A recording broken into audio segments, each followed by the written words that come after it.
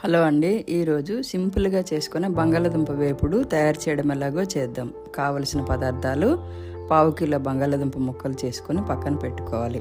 ఆ తర్వాత 3 టేబుల్ స్పూన్ల నూనె ఒక బాండీ పెట్టుకొని అందులో మినప్పప్పు స్పూన్, శనగపప్పు స్పూన్, 1/2 స్పూన్ జీలకర్ర, 2 రెబ్బల కరివేపాకు, 2 పచ్చిమిర్చి, 2 ఎండుమిర్చి వేసుకొని లైట్గా వేయించుకోవాలి. ఆ తర్వాత ఉల్లిపాయ ముక్కలను కూడా వేసి అందులోనే ఉప్పు, పసుపు కూడా వేసి మరోసారి వేయించుకోవాలి. ఇది బాగా వేగుతున్నప్పుడు బంగాళదుంప ముక్కలను కూడా వేసి దాన్ని మరోసారి కలుపుకోవాలి. ఈ కలుపుకున్న దాన్ని లో టు మీడియం సైజులో మంట పెట్టుకొని ఒక 10 నిమిషాలు మగ్గించుకోవాలి.